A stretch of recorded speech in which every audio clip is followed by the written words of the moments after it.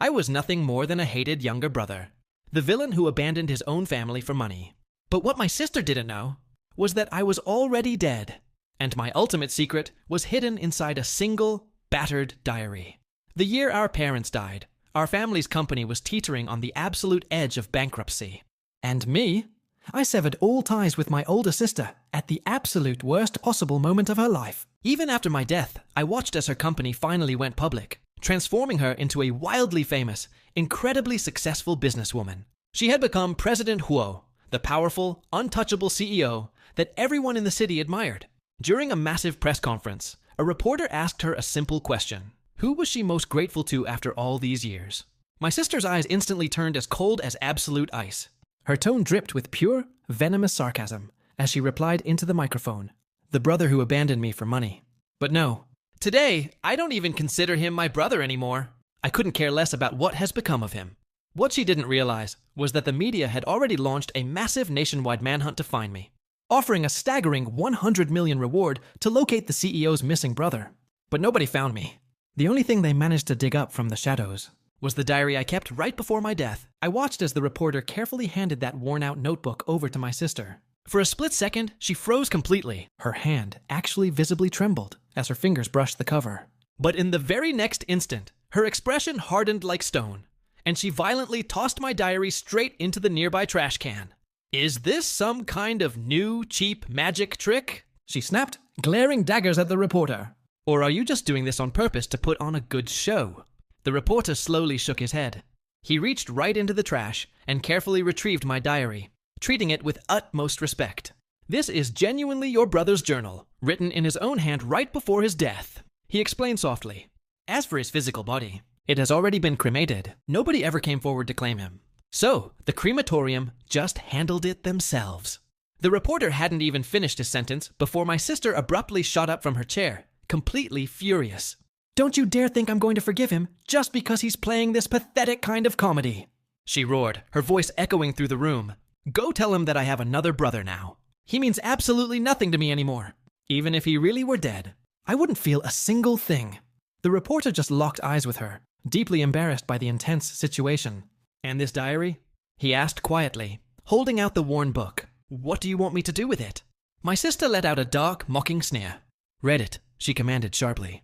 I'm incredibly curious to see what kind of garbage he managed to invent this time. And so, he opened the very first page, and my own words began to fill the quiet room. "Dear diary, hello. From this moment on, I am trusting you with absolutely everything. I think you're the only one left to keep me company now. Let me tell you what happened today." I packed up the gift our family had bought for me, and just as I was trying to run away, my sister caught me red-handed. Honestly, I didn't want to run into her at all. I just wanted to slip out of the house without making a single sound. But my older sister, she's always been so painfully clingy. She grabbed my hand tightly and begged me not to leave, desperately crying that I was the only family she had left in this entire world. In that exact moment, my heart completely shattered. I wanted nothing more than to hug her. But instead, I forced my face to remain as cold as marble and ruthlessly interrogated her. "Our company is completely bankrupt," I scoffed. "Can you still afford to buy me the expensive motorcycle models I like? I'm a massive spender. Do you actually have the means to support my lifestyle? Why should I stay here and rack my brain every single day trying to save pennies with you?" Hearing that, my sister panicked even more. She desperately asked me who had filled my head with those lies, violently begging me not to let anyone fool me. She promised me she would work even harder. She swore to the heavens she would make tons and tons of money, promising that I would get my luxurious, spoiled life back. But do you want to guess what I told her? I stared dead into her eyes and said, "I don't mind being fooled. Is it any of your business? If you actually had the means, if you had the money to support me, I would still be your adorable little brother. I'd even come back home. But let's be real here. When are you ever going to have money again?" My sister, who had always been so incredibly proud, a person of such immense strength, literally dropped to her knees right in front of me, just to beg me to stay.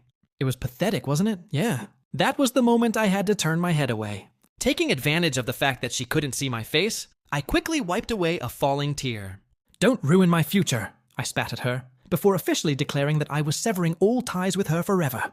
My words struck her like a physical slap to the face. She just stayed there, utterly stunned, helplessly watching me walk away into the distance with my suitcase. "Forgive me, sister. That must have hurt so much, didn't it?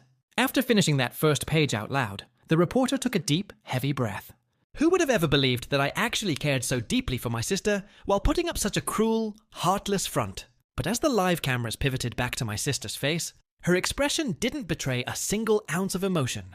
Still just as cold as ever, she simply stated in a completely detached tone, "I regret it. I deeply regret spoiling him so much in the past, only to end up raising a completely ungrateful wretch." The reporter swallowed hard, turned the page, and continued reading my next entry. "Dear Diary, I'm back. Today, I secretly went to another hospital to get some additional medical tests done. I was hoping, praying so desperately, that the first diagnosis had just been a massive mistake. A stupid error. Because if it was, I could have finally turned around, sprinted back to my sister, and told her how much I regretted everything.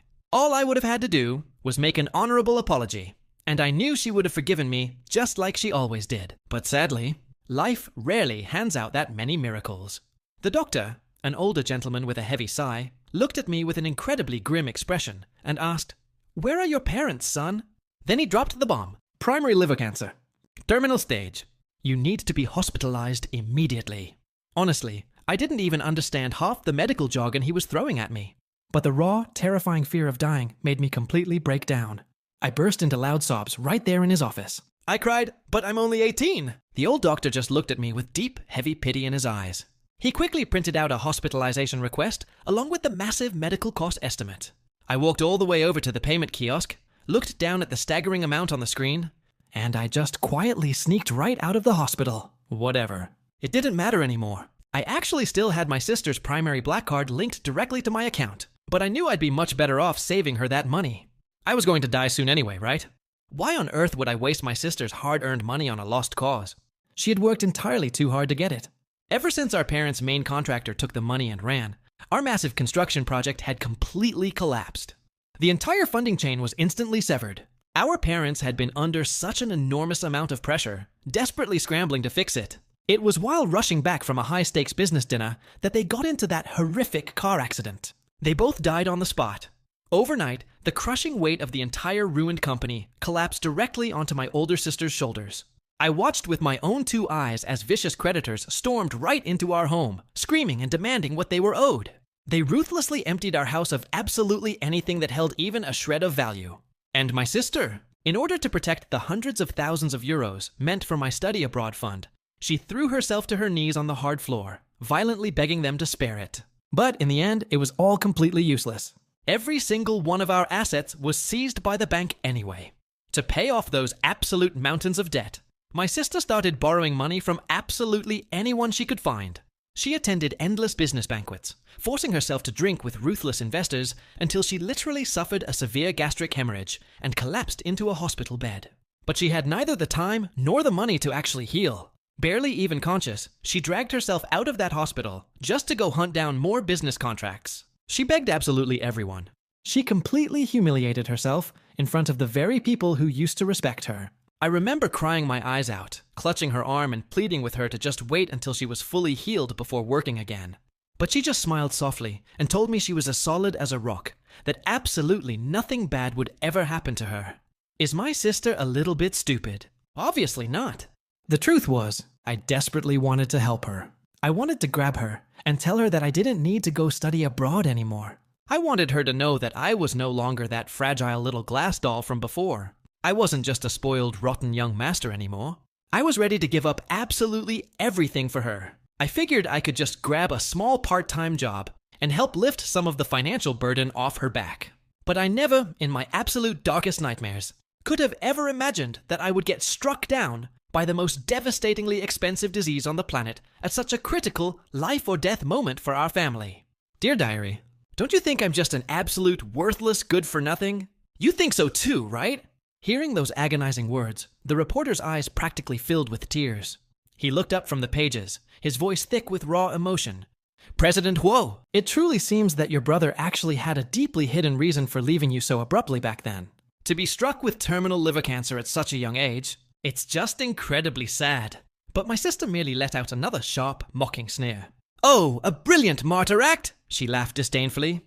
Don't let yourself get played by him, reporter. Union has always been an absolute master at lying. When he was just a little kid, he wanted to skip his classes, so he faked a horribly sprained ankle to trick our parents. The entire family was thrown into an absolute panic, hovering around him. We rushed him straight to the emergency room in a frenzy. Trust me, he has always been an incredibly talented actor. The reporter didn't argue back. He just quietly flipped to the next entry, bringing my voice back into the room. I suffered through another brutal bout of insomnia last night. It's not that I don't want to sleep. It's just that the physical agony is so overwhelming that my body physically won't let me shut down. The disease is getting worse. If I don't buy some kind of heavy painkiller soon, I'm genuinely not going to be able to endure this much longer. But the problem is, I don't have a single cent left to my name. My rent is due, and if I don't pay up immediately, the landlord is going to violently kick me out onto the streets. I'm literally going to end up sleeping under a dirty bridge. Exactly like my sister and I used to joke about when we were just little kids. Back then, whenever I read those epic fantasy novels about wandering knights, I always thought it was insanely cool when the rugged heroes had to sleep rough under a bridge. But now that I've grown up and reality has slammed into me, I am absolutely terrified of being completely broke. I had no other choice left. I took out my phone and listed every single precious gift Mom and Dad had ever given me for sale online. Those gifts were the only things I had packed into my suitcase when I ran away. They were literally all I had left in this world. But every single time a buyer actually showed genuine interest and messaged me, I always scrambled to invent some stupid excuse to cancel the deal. Deep down in my soul, I just couldn't bring myself to part with them. Finally, completely hollowed out by the tearing pain and gnawing hunger, my willpower snapped. I couldn't take it anymore. I quietly withdrew 50 cents from the linked bank card. Big sister, I'm so sorry. I used your money again. Ever since I became entirely broke, I quickly realized that I'm not a picky eater anymore. Actual, bone-deep starvation instantly cured that spoiled little tantrum of mine. Just today, right as my vision was blurring, and I was on the absolute verge of passing out, I dug a discarded bun straight out of a public trash can and shoved it into my mouth. And you know what? It honestly wasn't even that bad. It really seems like rock-bottom poverty is the ultimate cure for rich kid syndrome. I dragged my aching body to a cheap supermarket, bought a small bag of bread rolls, a single bottle of mineral water, and then limped over to the pharmacy to secure my painkillers. I had to strictly guard whatever cash was left to cover my rent. Oh, and my university professor called my phone again today. He strongly lectured me to snap out of it and focus on my academics. He kept saying that for a top-tier student with grades as flawlessly high as mine, suddenly vanishing and skipping classes was an absolute tragedy. My heart dropped into my stomach. I was instantly terrified that he was going to contact my sister and ruin my entire cover story. So, in a sheer panic, I immediately offered to just drop out of the university entirely. But it was too late. The professor still ended up calling her anyway. And then, my sister called me. Her voice came through the speaker, sounding as rigid and freezing as a glacier. "Union!" she spat out. "I know you want absolutely nothing to do with me anymore. I frankly don't give a damn about whatever cheap woman you are currently seeing. But you have no right to throw away the prestigious education you were so incredibly proud of just for her sake." Sinking this low, do you honestly think this is fair to our dead parents? It had only been about 10 short days since I last heard her beautiful voice. Yet, sitting there in that cold room, it felt like an entire eternity had passed. It felt like half a lifetime.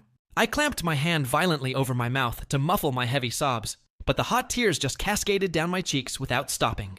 "Big sister," I screamed inside my mind, "I miss you so much." But on the other end of the line, she completely lost her patience. She fired off one final, crushing sentence. "If you continue down this pathetic path, I am abandoning you for good." And then the line went dead. She hung up on me, and I just sat there alone on the floor, crying uncontrollably for a very, very long time. Dear Diary, I think I'm going to finally block my sister's number. Tomorrow morning, I will officially go file the paperwork to permanently drop out of school. The reporter paused for a brief moment, noticing that the iron-willed CEO Huo actually looked the slightest bit moved by those tragic words. He quickly wiped away the dampness gathering at the corners of his own eyes before flipping to the next page. Dear Diary, I moved again today. That cheap hotel I was staying at before was charging me $50 a night, and that was just way too ridiculously expensive for me now. I literally sprinted around the streets all day long. I dragged my exhausted body back and forth across the entire expanse of the city until I finally struck gold. I found a tiny, cramped place buried deep in a heavily populated, isolated slum district way down on the south side of town. It only cost me $30 a night. There are 4 incredibly squeaky beds crammed into one single room. And right diagonally across from me, there's this really weird, creepy-looking guy. But despite the creep, I shot a deeply grateful look toward the young woman staying in the room. She sleeps on the bottom bunk directly underneath mine, and her name is Xiang. When she caught me looking, she glanced up and flashed me the warmest smile. "Don't worry about a thing, kid," she chuckled. "Big sister is right here to watch over you." She really is an incredibly kind person. That night, I swallowed my heavy painkillers and actually fell into a wonderfully deep sleep. And I had the most amazing dream. In my dream, Mom and Dad were still alive, and they were taking my sister and me on a massive family trip to Disneyland. They always knew I was absolutely obsessed with Iron Man. In the dream, my sister stood in the scorching sun, waiting in a ridiculously long line for hours just for my sake. And when our turn finally came up, she excitedly screamed my name and shoved me right forward towards the actor in the Iron Man suit. I was finally getting to snap a photo with my absolute ultimate hero. I remember smiling so intensely that my eyes crinkled all the way shut. Mom, Dad, and my big sister were standing just a few feet away, watching me with pure, absolute joy radiating from their faces. But then, the exact moment I finished taking the photo and turned around to run back to them, they were completely gone. The sky, which had been a brilliant, perfect blue just seconds before, violently darkened into pitch black. A primal surge of pure terror gripped my chest. I frantically sprinted around, desperately searching for them absolutely everywhere. But it was impossible. They had simply vanished from existence. I violently jolted awake, my entire body drenched in a freezing cold sweat, gasping for air in the dark room. My new big sister, Xiang, was immediately leaning over me, looking deeply worried. "Are you okay?" she whispered. I could only silently shake my head. She gently asked me how a kid like me ended up living in a dump like this. And right then and there, I just spilled my guts. I told her absolutely everything. Honestly, I have no idea why, but I just instantly trusted her with my life. After listening to my entire tragic story, she didn't say a single word of pity. Instead, she just leaned forward and wrapped her arms tightly around me, pulling me into a deep hug. Her embrace was just so incredibly warm. She eventually pulled back and told me her own story. Xiang was an orphan, completely abandoned by the world. She had been forced to survive and fend entirely for herself since she was just a teenager. Because of that, she had crossed paths with all sorts of dangerous people on the streets and picked up a massive arsenal of tricks to defend herself. She looked me right in the eye, smirked, and declared, "A scrawny little guy like you? Don't sweat it. I'm the one who's going to protect you now." And from that day on, she really did. My new big sister taught me so many vital survival skills. She showed me all the secret, gritty tricks to saving every single penny. For example, she taught me exactly how to scope out the cheap supermarkets to hunt down food that had just barely crossed its expiration date. She explained that some managers will actually compensate you with a little pocket change just to take it off their hands, while others won't pay you, but they'll absolutely let you walk out with the expired food for free.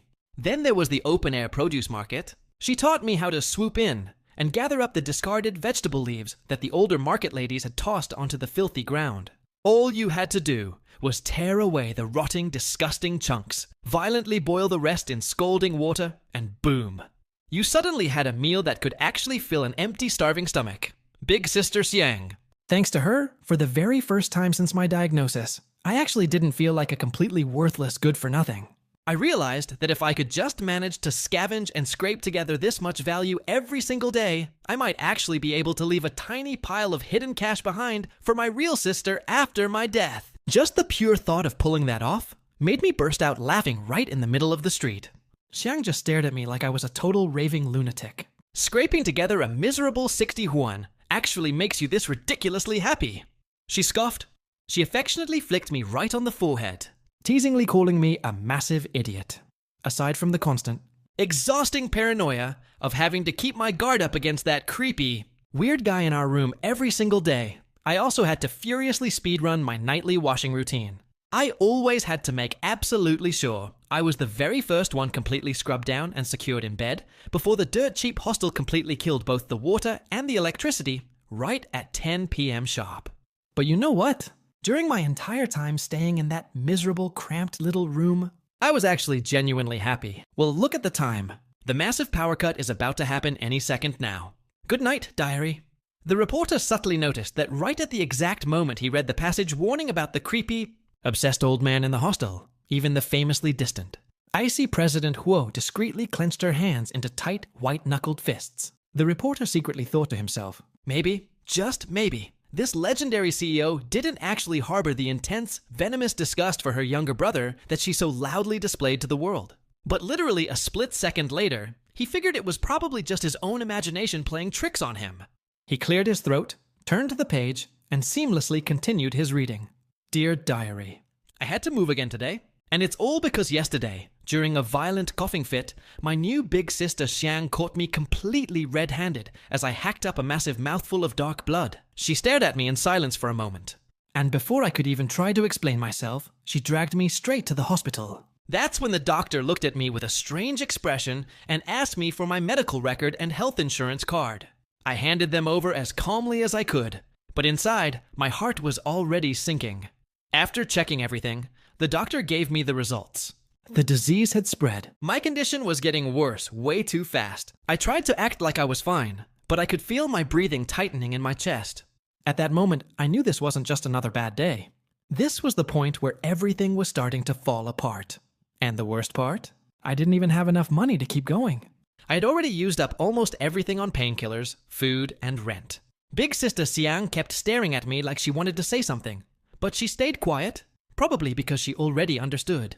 Yeah, that was the moment I realized she had seen right through me. I tried to joke about it. I really did. I told myself that if I just kept smiling, maybe it wouldn't feel so bad. But my body was getting weaker by the day, and every breath felt like it cost money I didn't have. That was when it hit me hard. I wasn't surviving anymore. I was just borrowing time. So I packed my things again and moved out. Once more, another place, another room, another stranger-filled corner of the world where I had to pretend I was fine. Honestly, I was getting really good at that part. Maybe too good. Big sister Xiang watched me leave, but she didn't stop me. She just stood there, with that same quiet expression of hers. I'm crouching down to write. My leg is a little numb. Wait, let me rest for a moment. There, my health has gotten worse again lately. I've started coughing up blood. Just now, I couldn't hold it in, and I spat up blood again. The passers-by who saw me were all terrified. They backed away and pointed at me. I curled up on myself. I didn't lift my head again until much later, until I saw a drop of blood fall onto my journal. I quickly tried to wipe it away with my hand, but the stain only spread wider. I'm sorry, my dear journal, for I didn't do it on purpose. It's just that the pain is uncontrollable. While I was crouched on the ground trying to pull myself together, a lady wearing worn-out clothes came over and slipped some money into my hand. I tried to refuse, but she left the money there and ran off. I followed her discreetly and saw that she was with her disabled husband. In his arms, he was holding a very young child. She fixed her hair and kissed the baby's cheek. Then she went back to shouting out her fruit sales. I waited there a long time until night fell. Half my body was frozen, and she still had more than half her fruit left. The lady sighed. Her husband comforted her with a few words, and they started to cry. They placed the baby in a basket beside them. I put on my hat. I walked over quickly. Taking advantage of a moment of distraction, I tucked the money back into the baby's clothes. Not bad at all. I almost would have been moved. Without money, I started writing novels to earn some. As a journalist, I no longer need to read this. I'm truly ridiculous. To think I sat here wasting my time for so long. Since he's playing dead and doesn't dare face me, then I'll consider him truly dead. Anyway, I don't care. With that, he stood up and turned on his heel without the slightest regret, abruptly ending the interview. However, that failed interview caused a massive uproar online. Someone dug up information saying that Uzong had been seen at a psychiatric clinic 5 years ago after cutting ties with his brother. From that, people deduced that Uzong, after the death of his parents and the betrayal of his brother, had suffered from severe depression, and that after his company recovered, he had adopted a new little brother. As for the diary of Hezong's brother, it triggered an intense debate among internet users. Some people insulted Hezong's brother, accusing him of trying to attract attention by playing dead, even though back then he had abandoned his own brother for money, leaving him to face the bankruptcy crisis alone, which caused him enormous psychological trauma. Now that he sees his brother succeed, he's using pity to win sympathy. He's even capable of writing that kind of diary. Too bad Zong already has a new little brother. They say that for this younger brother's 18th birthday, he privatized an entire amusement park. He even gave him a limited edition sports car. Saying he dotes on him like the apple of his eye is an understatement. Others thought there might be some hidden story. This diary really seems authentic. The feelings expressed are very sincere. They didn't believe the author of such a note could be someone money-driven. But no matter the opinions, internet users were impatient to discover the rest of Daeong's brother's diary. For the buzz, the television channel's journalists contacted Ho Sung again to ask whether he agreed to make his brother's pre-death diary public. Whether it was due to disbelief or genuine indifference, Isong's assistant stated that Isong had said this diary had already been handed over to their television channel. Whether it was made public or destroyed, it meant nothing to him. He also added that Usong claimed he had only one little brother. Ooh. A portion of the internet found it delightful and liberating. We'll see whether he keeps up this act. Young's brother. Now that we know the other one doesn't care at all. Having obtained permission, the TV channel quickly aired a live program titled The Diary of Ji Nian Before His Death. On screen, the host looked solemn. Like all of you, I haven't read this diary in advance. It's only after receiving permission from Sir that today I'm sharing it with all of you watching live. I hope you'll be lenient in your comments. In an instant, hundreds of thousands of people joined the live stream, and within less than a minute, the number of viewers exceeded 1 million. Everyone was waiting for journalist Lan to open that notebook. Meanwhile, at the UO residence, Assistant Lin was looking at Uzong with a complicated expression. After a long hesitation, he finally spoke. Mr. Huo, the program is about to begin. Hong didn't even lift his eyes. I already told you, I never want to hear about him again. The journalist took a deep breath and opened the diary. Dear diary, today I found a little dog. At first, I didn't want to take care of it, but it kept following me while dragging its injured paw and whining. Thinking about my own condition, I knew I absolutely wouldn't be able to take care of it. So I gritted my teeth and kept walking. But after only a few more steps, I turned back. The moment I picked it up in my arms, the yellow puppy's eyes suddenly lit up. It kept licking the palm of my hand. I sighed. It must have figured out that I was a soft touch. I named him Shancheng, hoping he would have a long and beautiful life and wouldn't die young like me. I took him to the veterinary clinic. Just the consultation fee emptied. The operation would cost 2,000. If he didn't get surgery, he would die. I looked at Shancheng in my arms and timidly asked the vet if I could bring him back in a few days for the operation. I don't have money. We can't wait any longer. Tomorrow at the latest.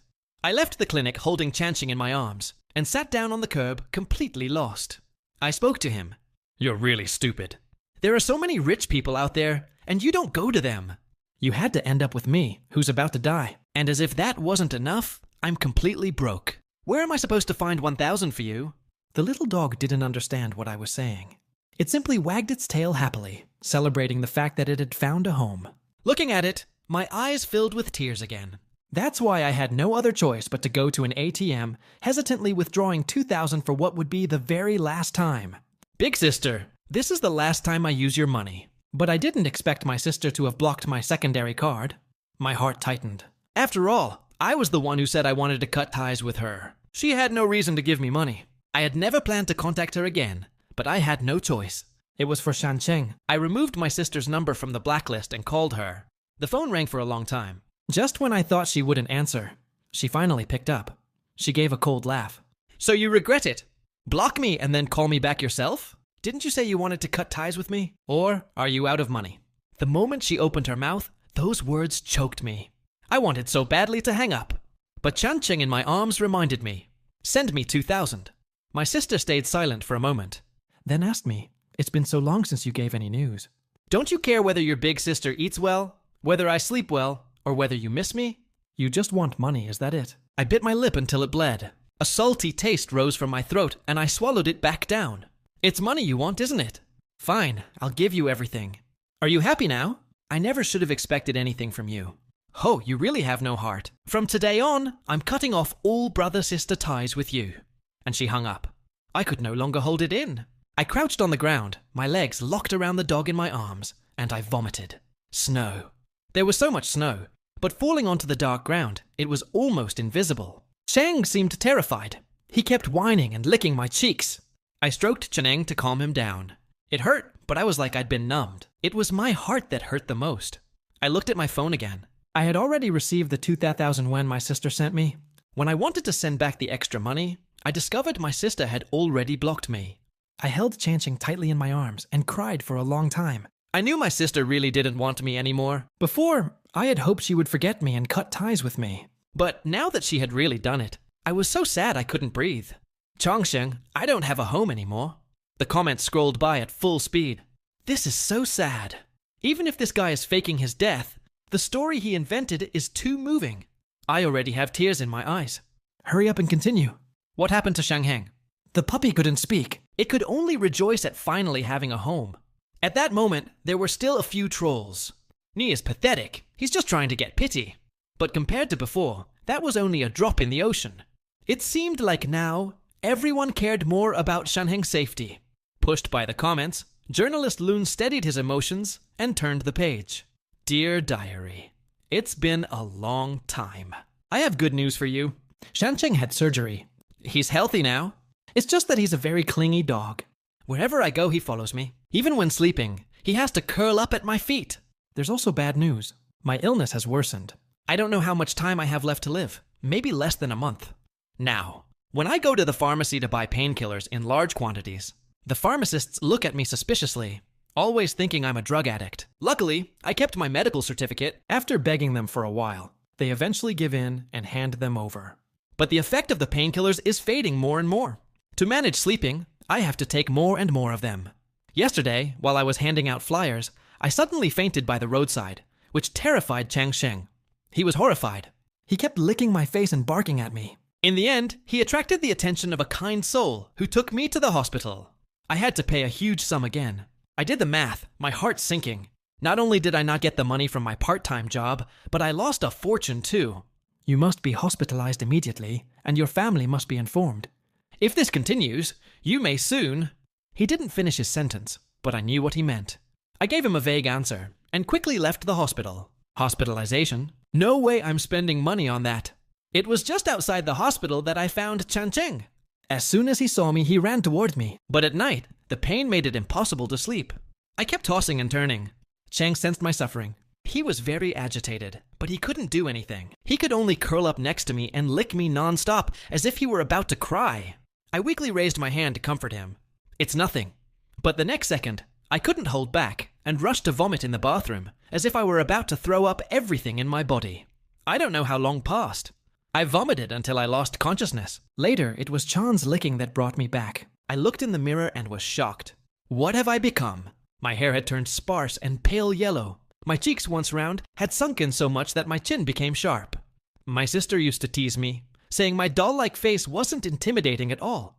But now it looks like I'll be stuck with this face forever, eternally young. And that's really not a good thing.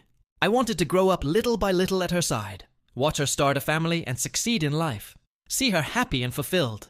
I splashed water on my face and gave myself a few slaps to gather my courage. But there's one advantage. At least my sister can't see me in this state. If she could, she'd be absolutely terrified. I swallowed my painkillers and barely managed to fall asleep before waking up in the middle of the night with a raging fever. Dear Diary, I'm in so much pain. In truth, I miss my sister terribly. I want to see her again, even if just once. Just catching a glimpse of her from far away would be enough for me. That kind of wish isn't too much to ask, right? I'm going outside to see my sister. I'm bringing Changsheng with me. For this, I prepared a hat, a mask, and a black trench coat. A real paparazzi look. I just need to see her from far away. Dear Diary, I'm back. My sister is still as beautiful and confident as she was before. She's taller now, but she's also thinner. At first, I thought I'd just watch her for a moment and then leave, but she didn't look happy. Yet before, she used to smile all the time. Without even thinking, I followed her. I didn't know why my sister was going to a hospital. Why was she seeing a psychologist? After she left, I asked her doctor, but he refused to answer. He said it was his patient's privacy. Only after I pushed heavily did he sigh and tell me about my sister's state. My sister is sick, very sick. Our parents' death was a terrible shock for her, and my departure plunged her into deep guilt. She thinks she didn't take care of me properly, that I rejected her, and that I left because of that. My sister even started self-harming. I cried. While crying, I started laughing. Is my sister so stupid? I'm the incapable one. I'm just dragging her down. My sister is the best sister in the world.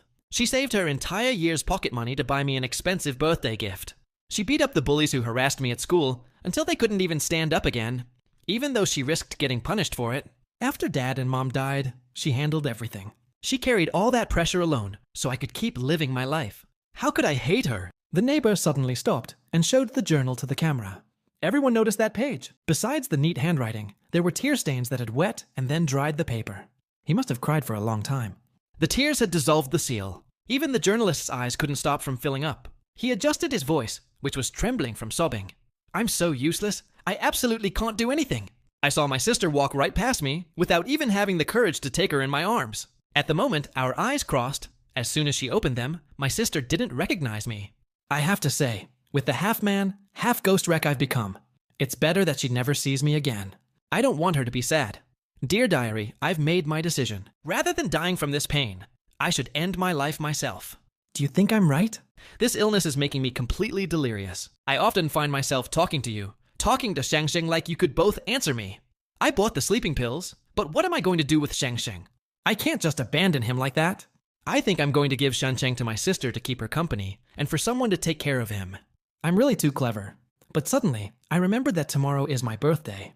All right, I'll hold on for one more day. I don't want to die on my birthday. Last year, for my 17th birthday, Dad and Mom ordered me a limited edition gaming setup. When I unwrapped it, Dad kept laughing and tapping my shoulder, saying I was the coolest boy. My sister gave me a mechanical watch. The dial was brilliant. It must have been worth a fortune. But all these gifts were seized long ago to repay the debts. Now I only have the gifts that didn't have much value. I carry them everywhere with me. Even when I had no money for food, I never could resolve to sell even one of them. At night, when I sleep, I hug the brown bear Mom bought me when I was 8. Like I'm holding Mom in my arms. Dad, Mom, and my sister also said they would organize an absolutely grand birthday party for my 18th birthday to celebrate their little prince's 18th year. But today, it seems only Shangsheng remains beside me. I hold him against me. It's the only warmth I feel. Shangsheng seemed to sense my distress. He started licking the palm and my cheeks with his wet tongue, trying to comfort me. It tingled a little. I smiled and kissed Chaneng. I took him in my arms and went to the bakery. I wanted to buy myself a small cake. Before, for my birthdays, I didn't like the 3 or 4 tier cakes my parents bought. Today, it's been so long since I've eaten one that I'm drooling with desire. Seeing the price of several hundred yuan, I stood there for a long moment, my heart tight. The saleswoman approached impatiently and asked if I was buying or not. If you're not buying anything, leave. Then she gave a disdainful look to Shangsheng I was holding. She frowned and told me that pets were forbidden in the store. But I had just seen a boy holding a poodle in his arms. Maybe it was because Shangsheng was so dirty. I had no money to take him to get groomed. I apologized profusely. I bought the cheapest cake, a chocolate cupcake at a price yuan, and found a bench in a park. I sat down, holding Chan in my arms. There was no candle. So I imagined everything in my head. I closed my eyes and made a wish. I wish for Chaneng to live in peace and safety. I wish for my sister to succeed in everything she undertakes, to live long, happy, and fulfilled all her life. I opened my eyes, gave a piece of cake to Shangsheng, and he ate it with great enthusiasm. It was like he was celebrating my majority. I wanted it terribly, but after barely a few bites, I had to lean to the side and vomit everything. Finally, I took Chaneng to the groomer to give him a bath. It cost me 200 yuan. The manager said he'd never seen such a wise dog. I took back Shangsheng, now all clean. He smelled so good. I took a big breath.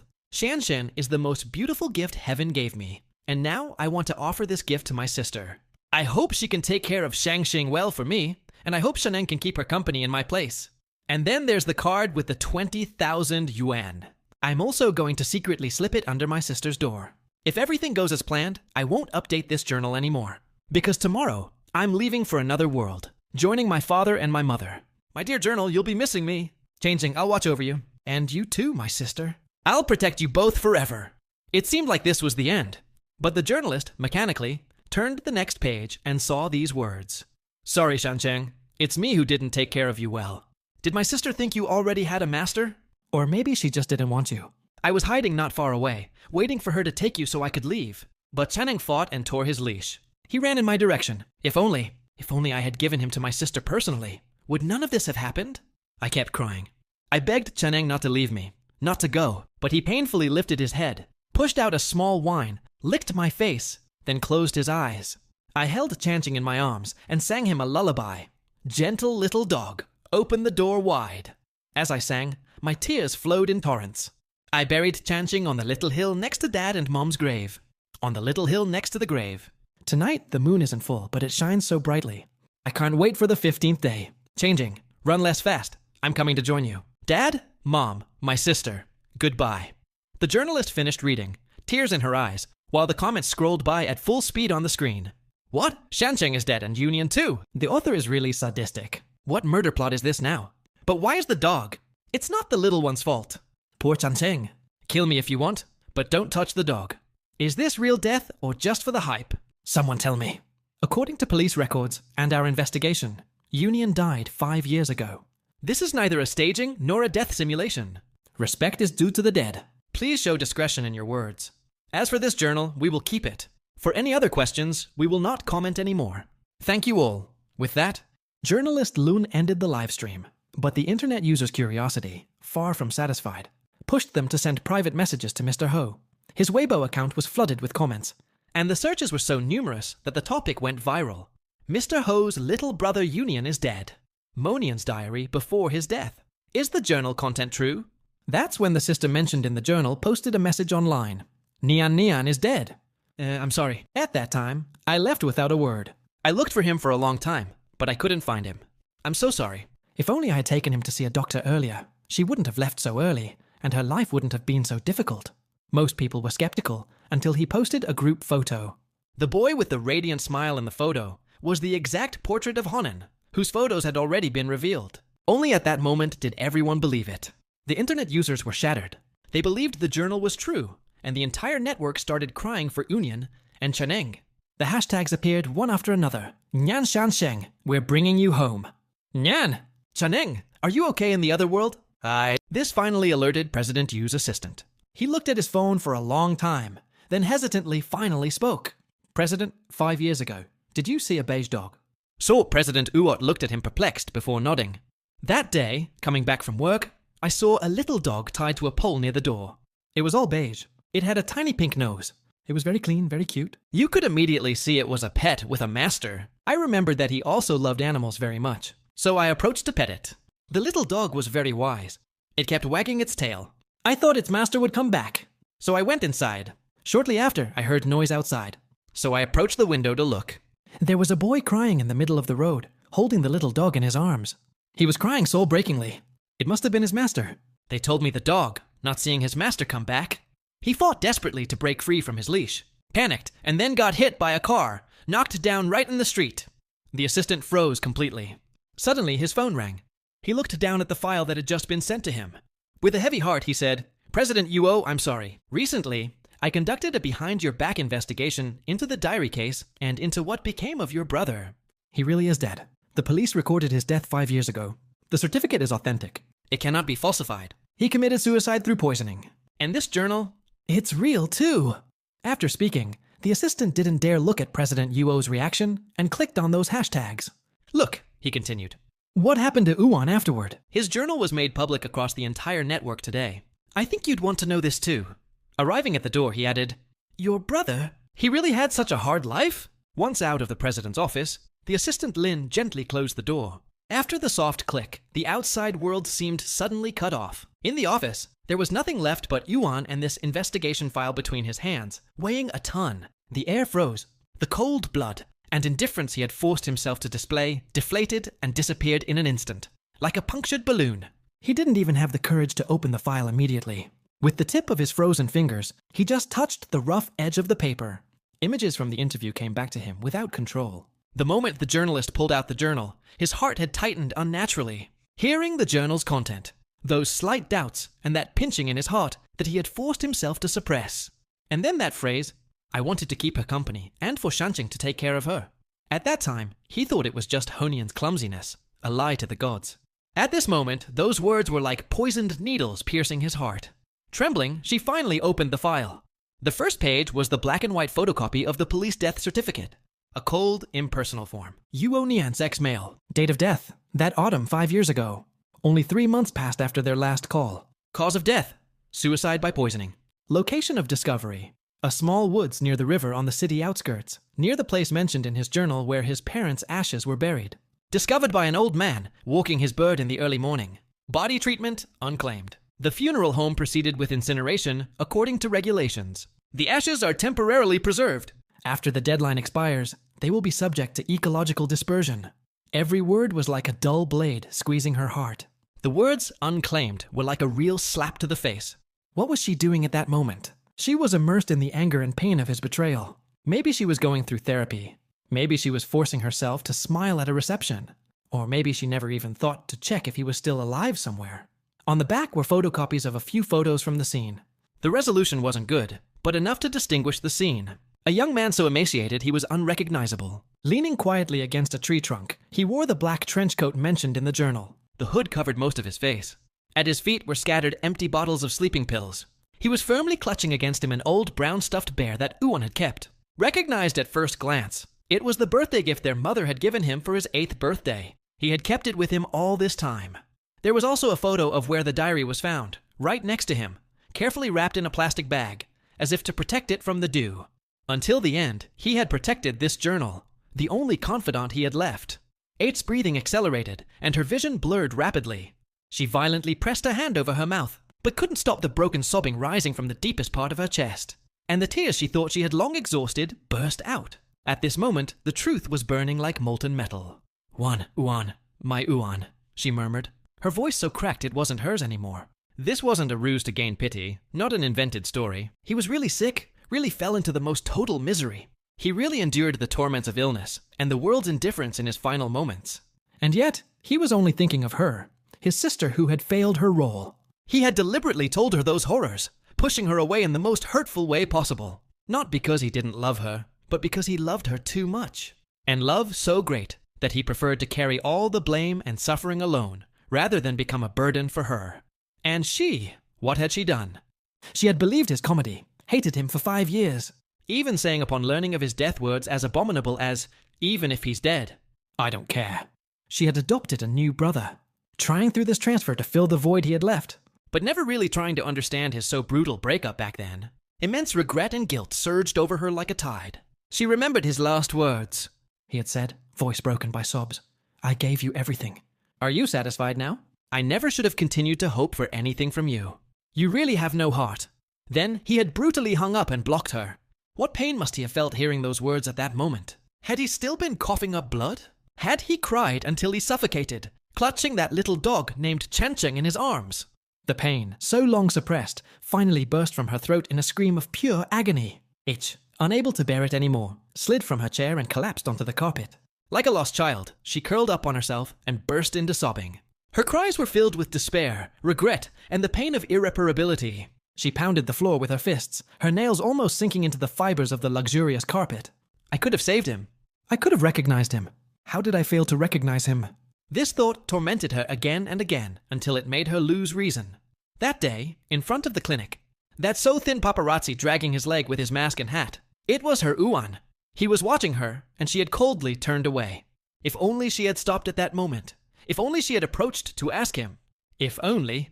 But in life, there are no if-onlys.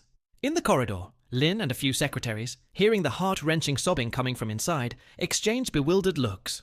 Their eyes were filled with worry and compassion, but no one dared to enter and disturb her. They all knew Director Yuo needed this catharsis. She needed to face this bloody truth.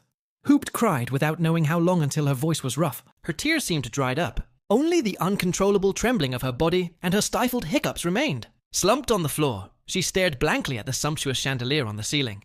She felt the entire world had emptied of its colors. The next day, Huoant didn't come to the office.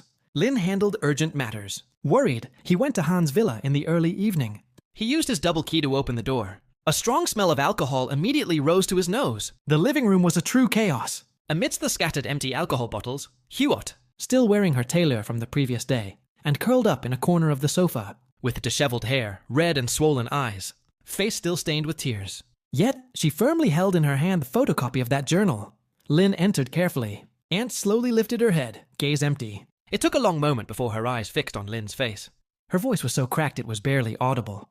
Did he hate me in the end? Did he hate me? Lin's heart tightened. He crouched down and gently took the empty bottle from her hands.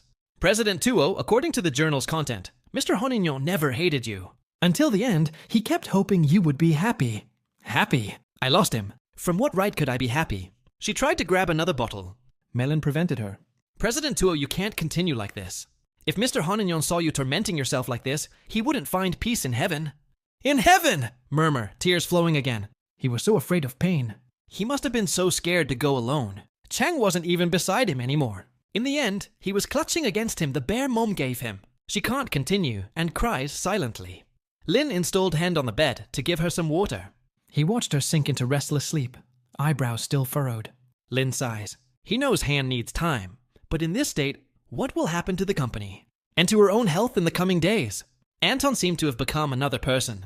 She no longer went to the company, refusing to handle any matter. She locked herself all day in her villa, with only bottles of alcohol as companions.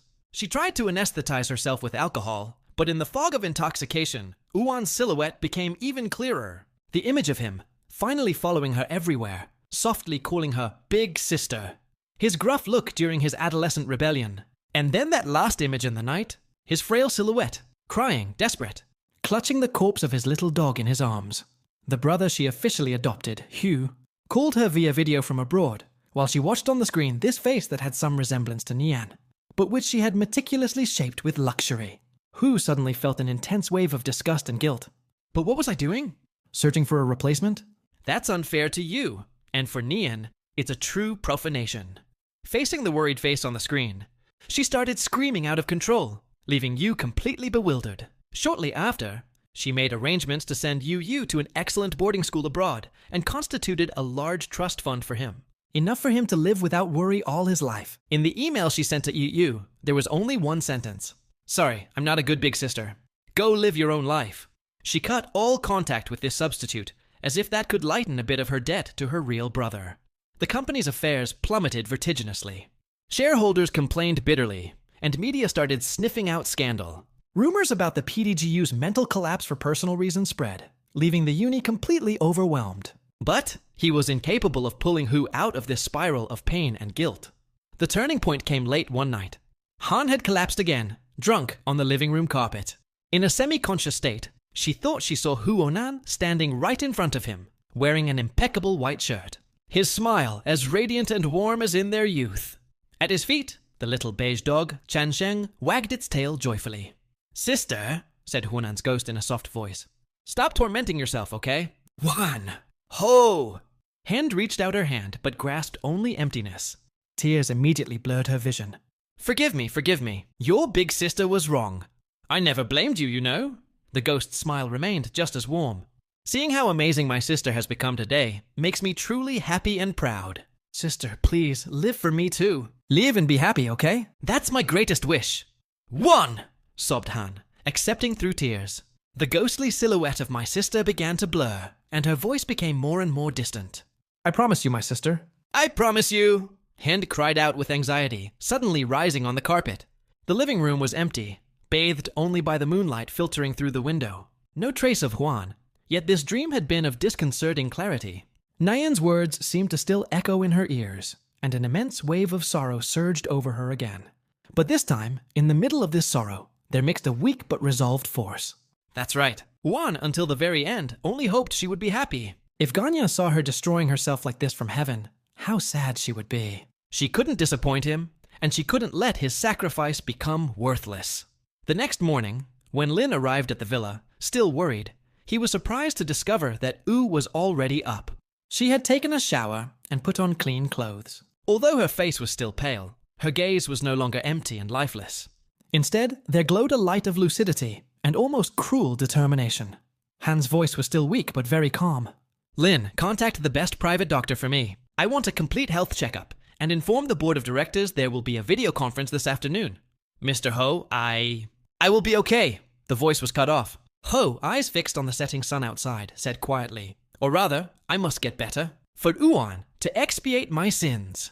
With stupefying will, Ho began actively following the doctor's treatment. She stopped drinking. She forced herself to eat and sleep, pushing herself to resume a normal rhythm of life. She plunged back into work, managing the company's affairs with even greater rigor and efficiency than before. She quickly stabilized the situation that was crumbling, but everyone who knew her well sensed that Mr. H, the one who had once held perhaps a trace of warmth, had disappeared. Now, she resembled more a precise, cold working machine, as if only endless work could fill the void in her heart. However, outside of work, she embarked on a secret, long-haul quest. She wanted to find every trace of the final moments of Huonian's life. She had to discover what happened during the 5 months he was gone. How had he possibly lived? First, through Lin, she found a certain Xiang who had posted a message online. In the private salon of a quiet cafe, Yuan Tang met this woman who looked a bit rough. Upon seeing Ho, Xiang's gaze was complex. There was pity, reproach, but also a hint of relief. "Madame Yu, you're finally here," Xiang sighed. "I looked for you, but your assistant stopped me. I thought you truly didn't care about Yuan anymore." "But I do care." Hu's voice was grave, with a barely perceptible tremble. "It's just that I was blind. A fool." "Please, tell me everything about Yuan." Xiang, seeing this woman so strong on the surface, but with eyes hiding unspeakable sorrow, softened. She began her story. She started with the mythical motel in the slum, then spoke of Yuan's innocence and stubbornness. She recounted how, when he fell sick and started coughing up blood, he refused to go to the hospital. How she had to insist before learning he was suffering from an incurable disease. How she withdrew all her savings to take him for treatment. "He was so careful," Xiang said, eyes reddened. "So careful it broke the heart." He kept repeating that he didn't want to be a burden on me, that I earned my living hardly, and should keep my money to open my garage. When he left, he took only a few clothes and this old, worn-out stuffed bear. I looked for him for a long time after that. I went everywhere he might have gone. Hospitals, parks, under bridges. But this city is immense. I didn't find him, Xiang choked. If only I had watched him closer back then. If I could have forced him to go to the hospital. Ho listened in silence, her nails digging into the palm of her hand. So, while she was blaming him, an unknown stranger had offered him a little warmth and shelter, and had struggled to find him, while she, his own sister. Hao took a deep breath and said solemnly, "Thank you, Xiang. Thank you for helping him in those most difficult moments." "Do you have a wish or need help?" "Don't hesitate to ask." Xiang shook her head. "I need nothing. I didn't post that message to get something. I just wanted everyone to know that Yuan was a good boy. He didn't deserve to be so misunderstood." "Madam Ho, if you really want to do something for him, then live well." "Don't make his death meaningless." Xiang's words were identical to Yuan's recommendations in her dream. They struck heavily on Huantan's heart. Leaving the cafe, Huantan went to the slum following Xiang's indications. Several years had passed, and the place had been demolished. A new shopping center had been built. She stood at the busy intersection, trying to imagine how Yuan had struggled to survive here, how he had fled that strange old man, and how he rejoiced over a few dozens of yuan earned with a small job. A dull pain squeezed her chest. She then went to the supermarket and vegetable market mentioned in the journal. She even found that veterinary clinic. The director of the veterinary clinic was still there. Hao showed a photo of Yuan. It was a photo saved in her phone from her teens, where she was laughing carelessly. The director examined it for a long time before shaking his head. "There are too many sick animals coming every day. I don't remember. Yuan-sang didn't abandon." She described Shancheng's appearance. A small common breed, yellow straw dog with a wounded paw. The director frowned and thought for a long moment. "I have a vague impression. Yes, it's telling me something, but I don't remember the details." Huantan didn't discourage. She used her connections to find the police officer who handled Yuan's case at that time. The old officer, about to retire, remembered that case very well. He took Hao to the small grove by the river where Hanen's body had been discovered. The old officer pointed to a large tree near the bank and sighed. "Ah, that young girl! Just seeing her made my heart ache. She was there, so quiet, as if she was sleeping. We investigated for a long time. No evidence of homicide was found. After reading the journal, it's clearly suicide. There weren't many belongings, just that doll, the diary, a bit of cash. We followed procedure and published a notice in the newspaper to find the family. No one ever showed up." The old police officer looked at Hao. He didn't finish his sentence. Hao stood under that tree. The early summer wind blew through the leaves. They rustled, and sunlight filtered through the foliage's interstices, casting mottled light spots. "It's very quiet here." You can hear the water murmuring. "One chose to end his life in this place." Was it because it was a bit closer to Dad and Mom? In those final moments, looking at this silent forest, what was he thinking? Did he remember the days when Dad and Mom took us to picnic when we were children? She crouched and gently caressed the tree's rough bark, as if she could still feel her little brother's last warmth. Tears flowed silently, falling on the earth. "Wan, your big sister is here. Forgive me, I arrived too late," she murmured low. Her broken voice lost itself in the wind. Finally, Ho went to her parents' grave. Just beside their common sepulchre, she found that small, discreet mound of earth. According to the journal, this was where Shancheng was buried. The mound was already covered with green grass, and small unknown wildflowers were growing. She carefully weeded the surroundings. Then, beside Shancheng's small grave, she buried with her own hands a delicate small funeral urn. Inside were the ashes of the original diary, She had asked for a special technique to incinerate the journal without pollution, then brought back the ashes. She caressed the small mound and said softly, "Shancheng, Thank you for accompanying Yuan during those last days. now please continue to watch over him here." Yuan will watch over Dad and Mom, okay? After doing all this, Yuan Tang stood before her parents' grave, looking at their benevolent photos on the tombstone, and bowed deeply 3 times. In a calm but firm voice, she said, "Dad, Mom, I'm sorry. I didn't take care of my little brother well, but I promise you, from now on, I will live fully for me and for Yuan. I will make sure Yuan's departure has meaning." Back in the city, Eurus made a capital decision. she organized a press conference. She announced that she would inject the majority of her personal assets into the new Nianshancheng Charitable Foundation. The foundation focuses on 2 main areas. First, helping young cancer patients from disadvantaged backgrounds by providing aid for their medical expenses and psychological support. Second, rescuing stray animals by creating regulated shelters and an adoption system. During the conference, Huan Tan for the first time publicly spoke serenely about her young brother Honian. Without going into too much detail, she simply said, "My young brother Yuan, during his life, received kindness from strangers. He also knew the impermanence and difficulties of life. The creation of this foundation is a tribute to him. It's also to help those who, like him, go through illness and trials. I hope every life can be treated gently, and every act of kindness can continue." Her gesture shocked the business world and moved countless people. The voices criticizing and mocking him were gradually replaced by understanding and admiration. People finally understood that this cold President Yuo hid pain and a quest for redemption so deeply rooted. The foundation's work rapidly began. During this process, her face sometimes showed genuine expressions of tenderness, though the sadness deep in her eyes never truly dissipated. but she seemed to have found a way to coexist peacefully with her pain. She often went to the foundation, to a children's hospital it funded, sitting outside the rooms to watch the children fighting the disease. In the blink of an eye, 3 years had passed since the live broadcast of the journal that shocked the entire country. The Nianshancheng Foundation had helped thousands of families, and over time received numerous distinctions in return. But on a rainy afternoon, she received a call. It came from the retirement home. It was her adopted brother calling from abroad. On the phone, Wu's voice was hesitant and worried. "While sorting old belongings in the house you left abroad, I found a very well-hidden photo album. It's filled with photos of Honan when he was little. There are also some journal fragments you wrote when you were young that you never showed anyone." I looked at these documents and discovered things you might have even forgotten.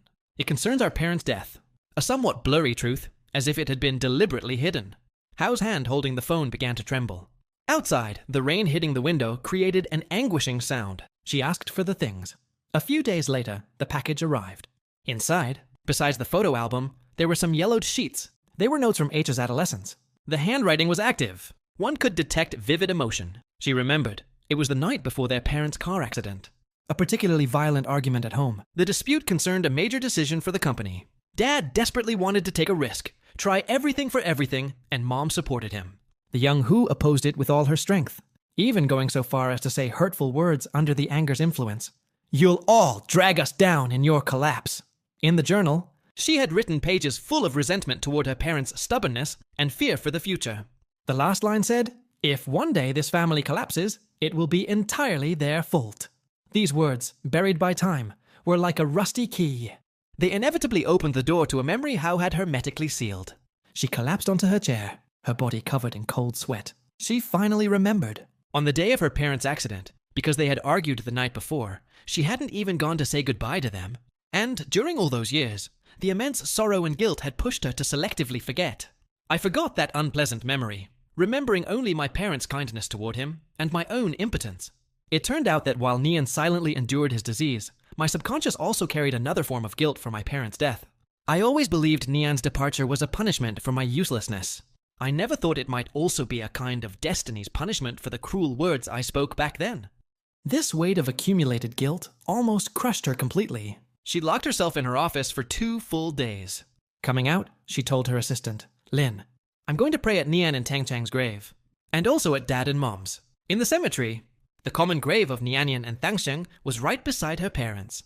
It was an arrangement she made later. In the photo, the young boy bore an always as radiant smile. Changsheng was wisely crouched at his feet. Hao, wearing a black trench coat, stood under the fine rain without an umbrella. She stared long at the photo on the tombstone, then slowly knelt down. She wasn't crying. She simply gently wiped the water drops on the photo with her fingers. "One, my sister, I think I'm starting to understand." I always believed it was because I wasn't good enough that I lost you. Now, thinking back, maybe long before that, our family's destiny was already pushed onto a difficult path. Dad insisting on taking risks, Mom supporting him, my childishness back then, and then your shitty disease. All that mixed led to the situation we knew. Your big sister was wrong. Wrong to be too young back then and say insane things. Wrong to spend the following years only trying to prove my worth without seeing you were pretending. Wrong to, after learning the truth, only know how to torment myself to almost forgetting your last wish. You said you hoped I'd be happy all my life. Before your big sister thought that was absolutely impossible. Without you, how could I have found happiness? So here, she marked a pause. The rain streaming through her hair mixed with the tears she finally couldn't hold. But now, your big sister wants to try to make it happen. I'll continue watching over Nian and Cheneng for you. I'll help more children like you. I'll manage the company well, so it becomes a place that helps more people. And I'll also try to truly accept my current life, including that boy. Woo! It's not easy for him either. When? Your big sister probably will never completely forgive herself. But I promise you, I won't bury myself in the past anymore. I'll live well seriously, carrying your memory with me. That's surely the only thing you'd want to see, right? She leaned forward and gently pressed her forehead against the cold tombstone, as if she could feel a response from the beyond. The rain slowly ceased. A weak ray of sunlight pierced through the clouds, illuminating the cemetery and the raindrops on the petals of the white chrysanthemum bouquet she had just deposited. They sparkled. Hao stood up. She gave one last look at her little brother's photo. Then she turned and left. It wasn't less heavy than when she arrived. Though still slow, she seemed more assured. The wind blew through the pine grove beside the cemetery, producing a rustling that sounded sometimes like a sigh, sometimes like a murmur of relief. The story seemed able to conclude here. A story of forgiveness and redemption. The story of how to continue moving forward, covered in wounds. Hao's life had finally turned the most painful, most tragic page to begin writing the sequel. A sequel where there would certainly still be deep nostalgia, but where perhaps little by little a glow of peace belonging to her would filter through. Y's life rhythm changed discreetly. She was still as busy, but it wasn't that almost maladaptive frenzy tinged with self-punishment. She began regularly consulting a psychologist to confront the complex emotions buried in her concerning her parents' death, as well as the overprotection that resulted from it, and the guilt that followed. This process wasn't easy. It was often accompanied by insomnia and mood swings, but she persevered. Her relationship with Huo also entered a new phase. After receiving the old photo album and journal excerpts for the first time, she took the initiative to make a long phone call to Yu. She didn't try to explain in detail the complications of the past, simply thanking him sincerely. She thanked him for showing her a part of herself she had forgotten. She told Huo she understood the distance and discomfort he might have felt, and clearly affirmed that regardless of blood ties, they were now a family. She hoped to weave more sincere bonds with him in the future. Take care of yourself. The Nian Chaneng Foundation, thanks to its continuous investment and professional management, continued to grow. It no longer contented itself with simple financial aid. It began assembling teams of health professionals and social workers to offer psychological support and palliative care to beneficiaries. At the foundation's annual gala, a young girl who had been helped took her hand, face flooded with tears. Madame Huo, thank you. Thank you and Big Brother Huonan for giving me a second life. At that moment, what flooded Hao's heart wasn't just satisfaction, but a strange sense of peace, as if Nyanian's life was continuing in another way. She continued going to the cemetery, but she wasn't constantly plunged in sorrow anymore. Sometimes she brought a bouquet of sunflowers, Nian's favorite flowers. Other times, she simply sat in silence for a moment to talk to them. She told them the latest news from the foundation, or complained about problems she encountered at work, like back when her little brother was still beside her. Once, she even deposited a brand new toy in front of Shancheng's small tombstone. Shancheng, take good care of him. Time flew, and 2 more years passed. After a business forum, Ho randomly bumped into an acquaintance in the hotel hallway. It was journalist Lin, the one who at that time had been the first to find the diary and animate the live broadcast. Journalist Lun had become a respected figure in the media world, and his temples had slightly grayed with time. Journalist Lin approached smiling to greet him, with a barely perceptible glint of questioning in his gaze. Monsieur Ho, it's been a long time. Hu held his hand, responding calmly. Journalist Lin, how are you? They settled in the hotel cafe. After the usual politeness, journalist Lun hesitated an instant before launching in. Monsieur Ho, these past years, are you okay? Yiwant gently stirred his coffee, his gaze sweeping the animated street scene behind the window. One can't say it's going well or that it's going badly, he answered slowly. I've learned to make peace with myself and live with my past. That's growing up, I suppose. It's just that the price paid was a bit too high. This journal changed many people, including me. It made me understand more deeply the fragility of life and the weight of family bonds. I've always been looking for an opportunity to officially present my thanks and apologies to you for the way the truth was revealed back then. It's I who should thank you. You transmitted Nian's last words to me. Even if the process was very painful, without this journal, I would have continued living forever in the lie I built for myself. And that would have been the true injustice for him. After a moment of silence, journalist Lin, as if he had just made a decision, pulled from his briefcase a slightly yellowed craft paper envelope. He pushed it in front of Ho. The latter was a bit perplexed. This was with the diary. When we sorted Hanin's belongings back then, I thought it wasn't the right time. So I kept it all this time. Now I think it's time to give it back to you. Won's heart missed a beat. He took a deep breath. He carefully opened the envelope. Inside, there was no letter, but a slightly faded color drawing. The drawing had obviously been torn from a notebook. Its edges were irregular. The scene, meticulously drawn with colored pencil. It depicted a sky of azure blue, a radiant sun, and verdant green grass. A girl with a ponytail and a brilliant smile. Clearly, a young Huantang was holding hands with a little boy, Union, and with the other hand, a cream-colored little dog. Cheng Sheng. Their parents stood behind them, faces radiant with happy smiles. In the upper left corner of the drawing, clumsy but particularly careful characters said, "My family!" Author Huanian. "Wants my big sister to always be happy." On the back of the drawing, another line written smaller, and in a more active script, had been added later by Hignan. The ink was darker. "Big sister, I'm sorry, and I love you." Tears instantly blurred Hu's vision. She thought she saw that teenager, eaten away by illness, in the final moments of his life enduring pain, with his trembling hand. Did he know very clearly what his heart desired most? A reunion scene he could never live again. There was no resentment, only apologies and love. She clutched the thin sheet of paper tightly, as if it were the most precious treasure in the world. A tear fell on the drawing. Panicked, she gently wiped it with the tip of her fingers, fearing to erase the trace left by her little brother. Hao, throat-knotted, said to journalist Lin and to herself, "He always thought of me." Journalist Lin, eyes reddened, silently nodded. That evening, Hao Wantan carefully framed the picture and hung it in her office beside the copy of the diary. She stayed there in front of it, contemplating it for a very long time. In the days that followed, Ho Anthan would always be that influential businesswoman, President Huo, the forceful founder of the Chancheng Foundation. But at the deepest part of her heart, a corner would forever remain tender for this 18-year-old boy and his little dog. She wasn't trying to forget anymore. She chose to remember. She carried this poignant love and continued moving forward in this world, striving to live as he would have hoped. She knew life's rainy season might return, but in her heart, she had already, for herself and for Nian, opened an eternal and warm umbrella.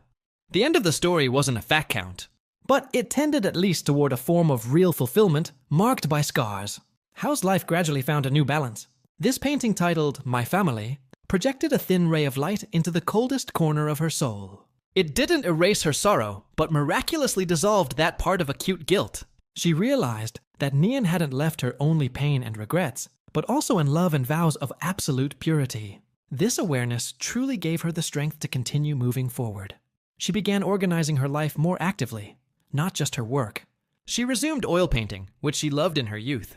On weekends, she enrolled in an amateur class. In the studio, the smell of turpentine and the brush's contact on the canvas gave her a tranquility she hadn't felt for a long time.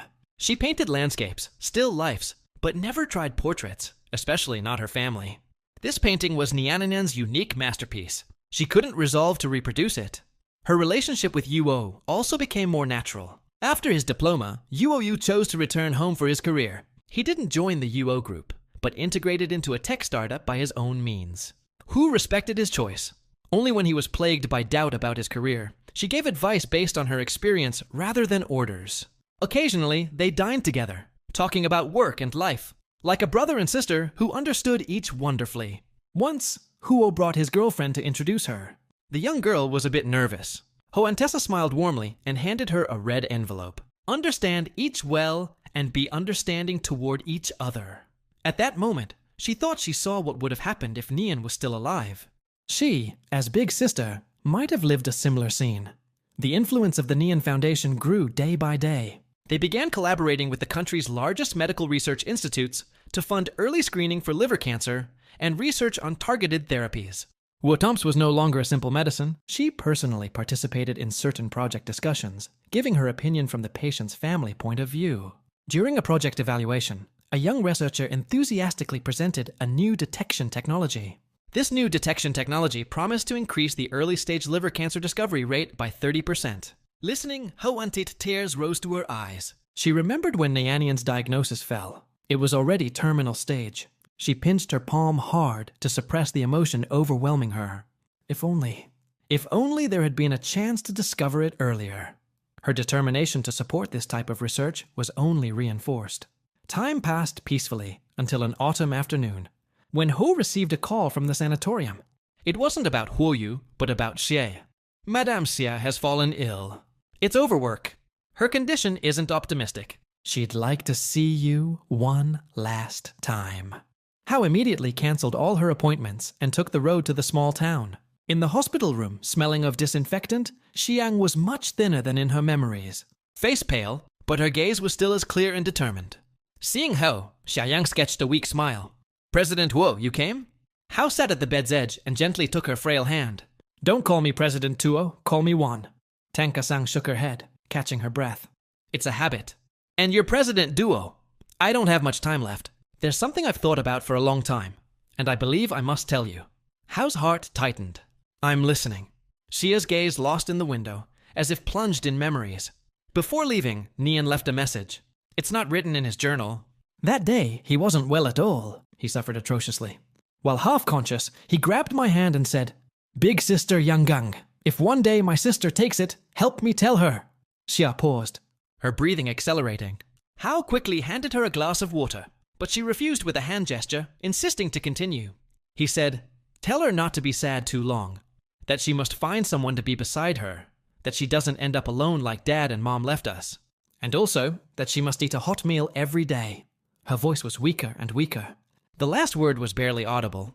Han's tears flowed silently. Not to be sad too long, find someone, eat a hot meal every day. That was my little brother's last worry. Hao, sobbing, buried her face in Xiang's palm. What idiot! He never blamed you. He always said his sister was the best sister in the world. A few days later, Xiang peacefully passed. Hao had her buried beside Nianingyan's tomb and deposited a bouquet of sunflowers. Now go find him. She began taking her meals seriously. She hired a cook and sometimes learned to cook herself. The kitchen's warmth brought her a feeling of comfort. One evening at twilight, when you called, voice full of energy announcing the project's success, Hu heard smiling without realizing. She went to her office and looked at the painting, My Family. This time, she didn't cry, but murmured a promise. I'll live well. I'll continue moving forward with your love. She still went to the cemetery, but it was more like visiting an old friend, bringing a teacup to tell them the latest events. And this painting in her room constantly reminded her of love's presence. The Nian Shaneng Foundation gathered hundreds of thousands of people. The early screening program saved many lives. Every time she heard such news, the regret in her heart eased a bit. At an international charitable forum, someone said Nian Shaneng was imbued with Eastern philosophy. This memory of the deceased is to cherish life. Hao smiled peacefully. It truly became the voice I chose to follow. Oh! Yu's project was a success, allowing him to make a name in the tech world. He brought his girlfriend Linu to have. The braised dish the young girl had prepared resembled her mother's cuisine. A sweet warmth filled Han's heart. 10 years passed. Han's temples grayed, and her gaze became even more serene. She gradually delegated her powers to focus on strategy and charitable works. In the garden, she planted a multitude of sunflowers and white chrysanthemums.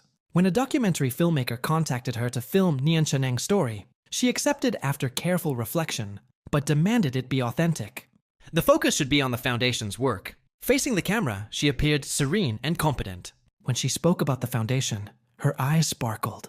How did you succeed in overcoming this dark period? It's not about overcoming it, but learning to live with it. The people we love become part of us. Nian Shancheng carried this memory to create more life possibilities. The documentary had a deep and silent echo. Her story became a model of reconstruction after trauma. At a wedding, watching the newlyweds on stage, she imagined the empty seat left for Nian. There are people who, though unable to be present, are certainly happy for us. Big sister, be happy! Han became grandma, holding her little granddaughter Nian in her arms. The little girl's eyes resembled Nian's in her memories. She walked among the sunflowers pushing the stroller. Look, that's Grand Uncle Chansheng. He loves you very much. At 3 years old, Nian clearly called her Grandma, and her soft, tender voice brushed her heart. Hao began spending time with her, telling her fact counts, but never mentioning that name so heavy with meaning. The Huo Company became a reference in the sector. The Nian Chaneng Foundation prospered. She retired backstage to tend her garden, watching flowers bloom and fade. Nan pointed at the brightest star. Grandma, the star shines, she said softly. Who? It might be Grand Uncle watching us. For her 70th birthday, Huo gave her a made photo album. On the first page, a copy of Nianen's drawing titled My Family, with the writing great-grandfather, great-grandmother, Grand Uncle Chan Shenganu. On the last pages, still blank, were written, The days to come. We'll continue filling them together. Han's fingers gently caressed the photo, eyes moist and a smile on her lips. This gift said Nian had never been forgotten, but was gently melted into the family's memory. In those last years, she sorted old belongings, labeling them for Queen Model.